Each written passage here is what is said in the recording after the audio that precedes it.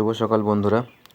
আজ আমাদের অন্ডালে একটি টি-20 টুর্নামেন্টের কোয়ার্টার ফাইনাল ম্যাচ ছিল। তো সেই উদ্দেশ্যে আমরা জলদি বাড়ির থেকে বেরিয়ে পড়ি সকাল 6:20 এবং আমাদের বাড়ির সামনেই স্টেশন।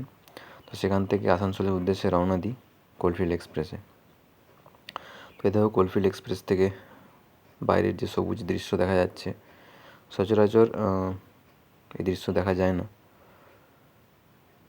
তো এই কোলফিল্ডে করে আমরা আসানসোলে নামলাম এবং সেখানে ট্রেন চেঞ্জ করে অন্ডালের উদ্দেশ্যে রওনা দিলাম।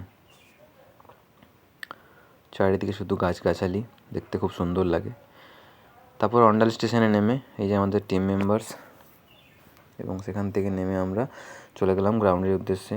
স্টেশন থেকে মোটামুটি 5 মিনিটের রাস্তা, হাঁটা পথ। এই যে গ্রাউন্ডে ঢুকে দেখলাম গ্রাউন্ডের সামনেটা একটু বড় এবং সাইড দুটো একটু ছোটো।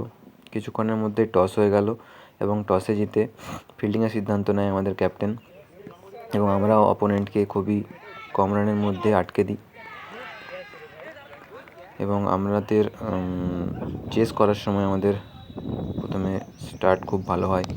আমি ওপেন করতে যাই এবং সেখান থেকে 12 বলে 25 রানের একটি ইনিংস খেলে আসি এবং বোলিংয়েও 4 ওভার 18 রান দিয়ে একটা উইকেট নিই এবং লাস্টে আমি ম্যান অফ দ্য ম্যাচ ঘোষিত।